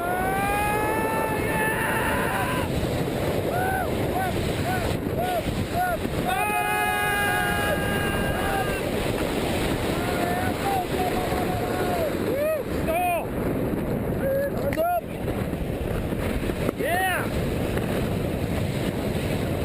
My turn! That'll happen. They're really sure. There, go, go.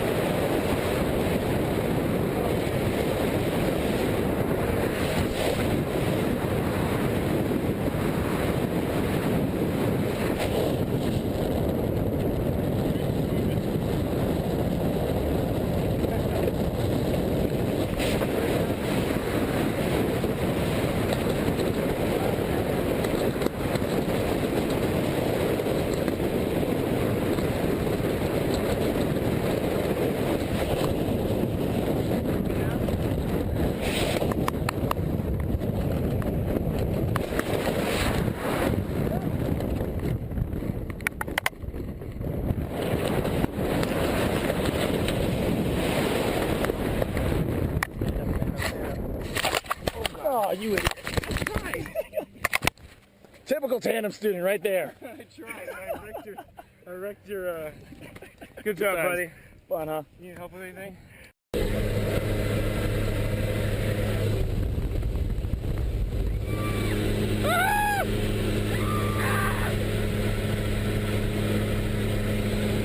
Okay, I'm nervous.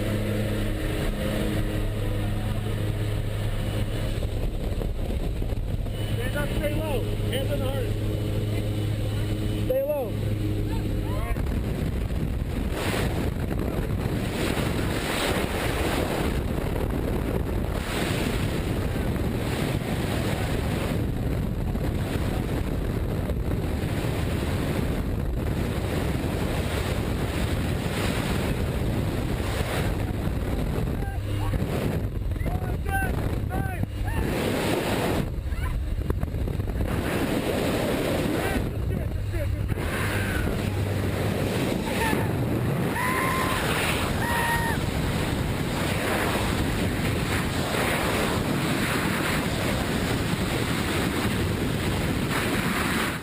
Halfway through the show, but because of Thursday night football, Pats, Jets, coming up here at 4:30, we got two segments remaining. We got a Gwynn versus the fans, 833-288-0973. I see some of you guys already lined up, ready to roll. And then we will have a Gwynn and Chris Pick'em NFL edition coming up here in the second segment. So without further ado, let's play some Gwynn versus the fans. One learns from the. Let's try that again. I was. You were due. You were due. You hadn't had any kind of follies until then. I was making sure I got the right one. That's okay. Yeah, whatever you want to say. If you had one shot, one opportunity to take down the human almanac himself, now is your time. Listen to me, this guy is dangerous. Now is your opportunity to win a prize. Well, I hope you know what you're in for. Gwynn versus the Fans starts now on 97.3 The Fan. See, I had to get the right one. I got you. I had to.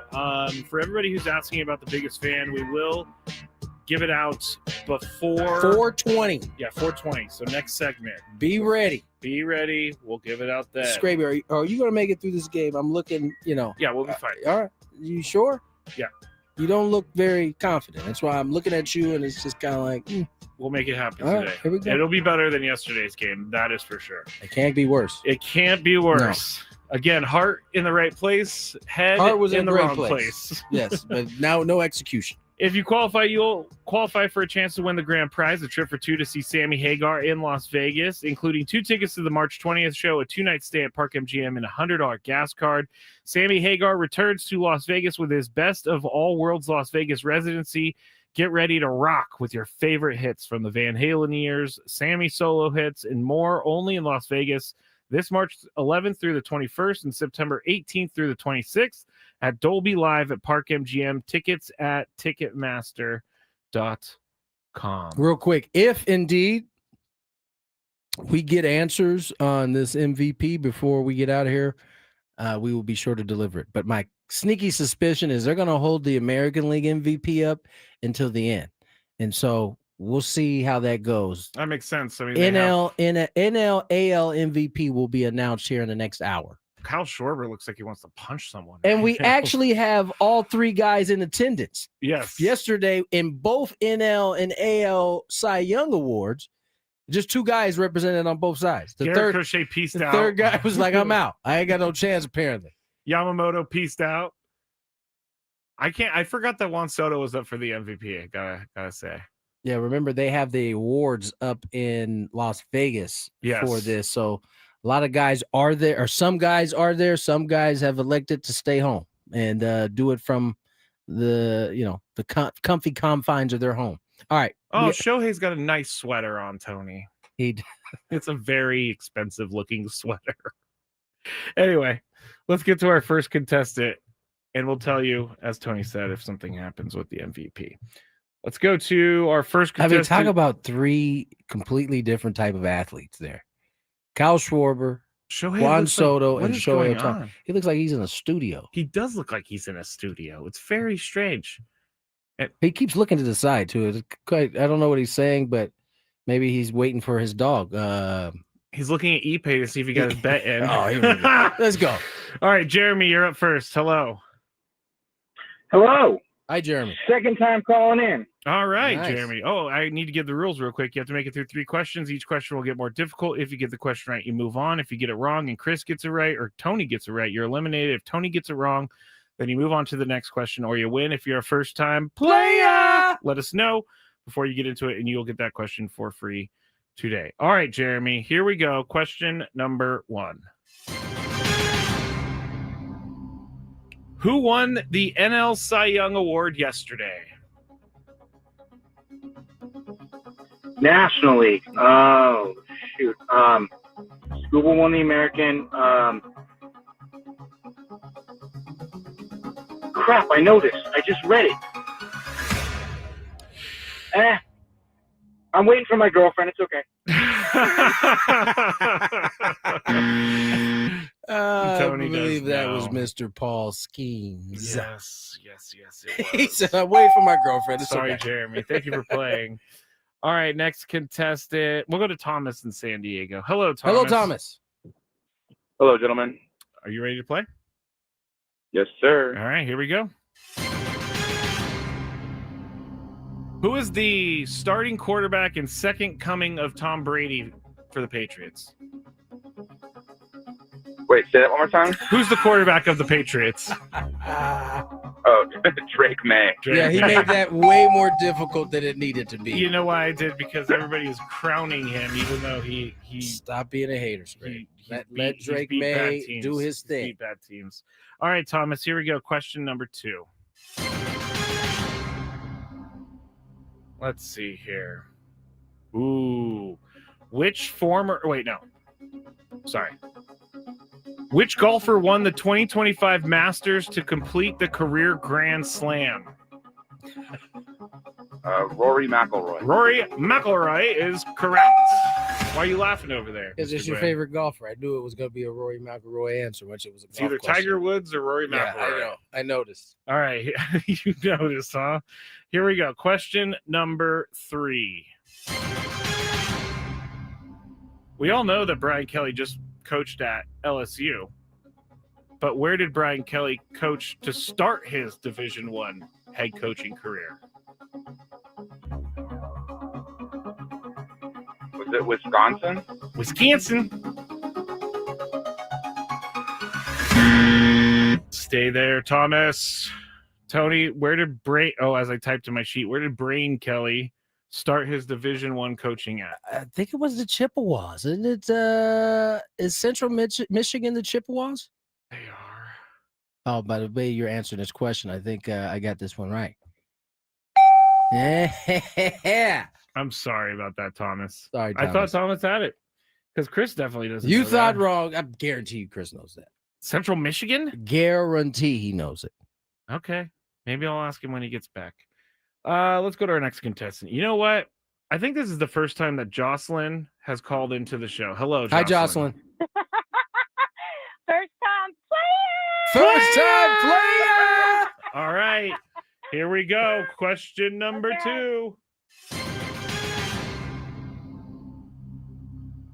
What round of the NFL draft was Derrick Henry taken? Maybe why didn't you give me an easy one, bro? Well, second question, Jocelyn. I have Jagger, my 13-year-old, in the car. Come on, babe. Come on. She doesn't know. I am going to say 3 because 3 is my favorite number. Okay. Third round. Third round. Stay there, Jocelyn. I believe it was second round. Tony's just a dream crusher today. I'm sorry. I'm about sorry, that, Jocelyn. I know. Thank you for calling. Call back again and play Chris We'll do it next again. time. We'll do it Play again. Chris next time. All right. She almost got it. She just guessed. She guessed one off. I just thought people would guess first round because he's Also, so it was good. meant to be a trick question. Yeah. Huh. I had no idea that he was drafted in the second round until I looked it up. All right, let's go to our next contestant. We will go to Juan. Juan. Hello, Juan. What's up, guys? How you doing, my friend? Ready to play, sir? Yes, sir. Let's do it. All right, do here we it. go. Who won AL Cy Young yesterday? I knew you were going to ask me that question. I knew it.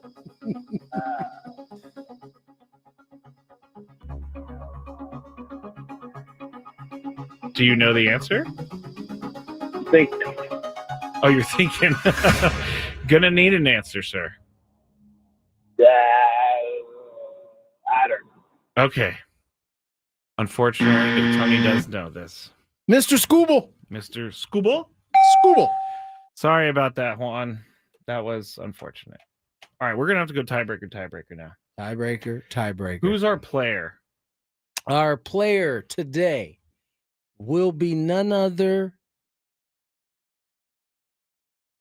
than I have Garrett Wilson open. we would do. Okay, we don't need to do Garrett Wilson. Let's do like an old school guy, like Sleepy Floyd. What's his actual first name? Type in Sleepy Floyd. I'm pretty sure you get a. Sleepy. I forget his first name. His last name was Floyd. His first name was Eric, apparently. Yeah. Oh, but Basketball Reference, his name is Sleepy Floyd. Sleepy Floyd. Oh my gosh, 13 years. All right, let's get our contestant on. Let's go to Greg. Hello, Greg. Hello, Greg. Hello. Good afternoon, guys. Good afternoon, Greg. You stay right there. I'm going to ask Tony for a question or Tony for a number, and you're going to tell me whether or not you're going to tell me whether or not Spit it out. the actual number is higher or lower than what Tony said. All right, Tony. Sleepy Floyd. Yes. How many total points did he have in his career? 13 years. 13 seasons, yes. Let's say 1690. Total points? Yes. Oh, 13 years. I don't know. Let's go 15,000. 15,000. Okay. Greg, is the actual answer higher or lower? 15. I'm going to go lower. Lower. That is correct. Nice job, Greg. Thank you for bailing me out of this game. How close was I? You were not that close. 12,260. Yeah. 12,000. When you said 1,600, I was like, what? I meant to say 16,000. So like, I just dropped it down a little bit. How many? He played 1,600, or no, he played 957 games. So he averages like 3 points a game. I didn't know how good of a player he was. All right, there we go. All right, let's get to break. On the other side, we'll finish it off with Gwynn and Chris's NFL Pick'em. Skrabe, what else? Plus our biggest fan announcement. And we'll have our biggest fan announcement. Get ready. More Gwynn and Chris. From the 855.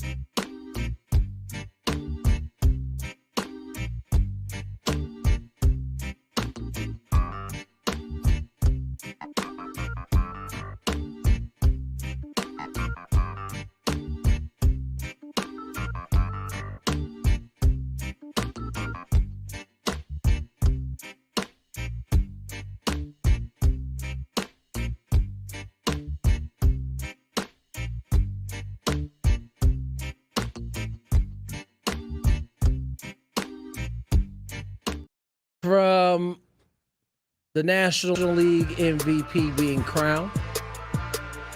Juan Soto, Shohei Ohtani, and Kyle Schwarber are the 3 finalists. They are just procrastinating as long as they can before they actually give us this answer. Of course, now Will Smith pops up on the screen in his Canes commercial. I think this is a no-brainer here. I think this is Shohei Ohtani's award to lose. I think so too. Some think the American League is also a no-brainer in going to All Rise Aaron Judge. We will find that out shortly. All right, we have Gwynn and Chris's NFL Pick'em to get to. Let's get to it. But I gotta wait. We got 10 seconds before we can actually announce it. 4:20 is the time that was given, and we are closing in on it very fast. It is officially here. Today's, hold up, let me get it on my little iPad here. Today is the 13th. All right, so today's biggest fan is Zach Rask of San Diego. Give us a call within the next 10 minutes, 833-288-0973, and you'll qualify for our grand prize, 20 tickets for you and your friend for a night in our Odyssey suite at a Padres game with all of the fan staff later this season. Remember to register your name at 973thefansd.com/biggest fan. Again, Zach Rask. Give us a call, 833-288-0973. Let's get to Gwynn versus Chris NFL Pick'em. It's time for Tony and Chris to face off. Playing for a season-long prize of pride. I see pride. I see power. The guys make their picks, and then they stress over their picks all weekend. No! Please, no! No! No! Gwynn and Chris NFL Pick'em starts now. Zach Rask just set the record for calling back in. He wasted no time. I mean, Love as soon as I got out of my mouth, seriously. he was already calling. Nice job, Zach. Nice work, brother. And in the chat is starting to do this whole, that's a fake name thing. Duh, stop. Chat, come on. Could you stop focusing on everything? Like, let the chat do what it do, man. It just... Fair enough. Fair enough. We have Gwynn and Chris NFL Pick'em right now. I should be focused on that. Word. And I guess I'll just take us through it. Oh, no, you're up first, Tony, for your 3-point pick. I gotta cycle back through all these texts. All right, my first pick. This team is favored by 12.5. I will take the New England. Yes, that's right. Mike Vrabel's team. Vrabel. Yeah. 3-point Give me pick. New England. 3-point pick. All right, Chris goes with a team.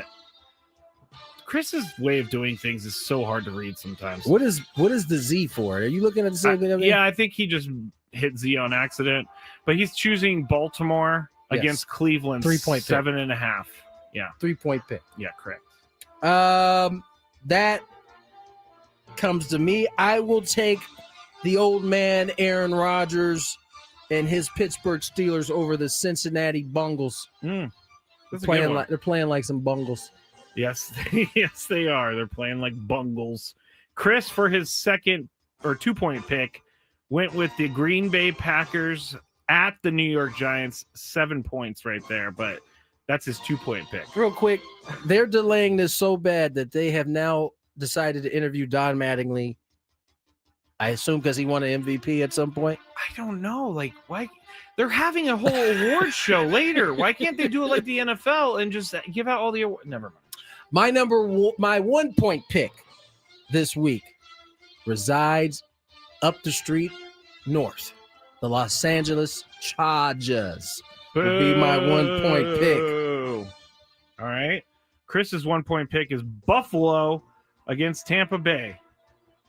I thought about this one long and hard. Specifically that Buffalo-Tampa matchup in my upset pick.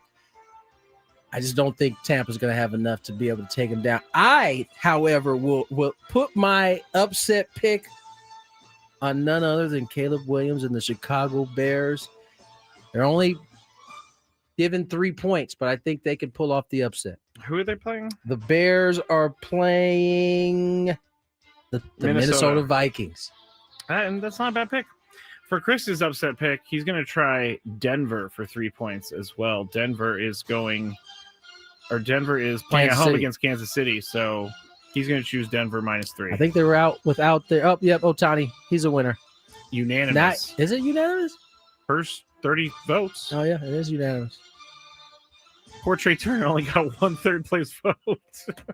How about Perdomo? Perdomo? He got 3 second places. Oh, God. And 7 third places. Tell me they don't know they're going to win. Ohtani has those chairs set up behind him for people to come join him after he wins. Well, I mean, it was just in case. That's his agent. For sure. I know that's his agent because I seen him at the stadium. Okay. Well, he wins. Yeah, he did. And his dog Decoy just laughing in our faces. Leave Decoy alone.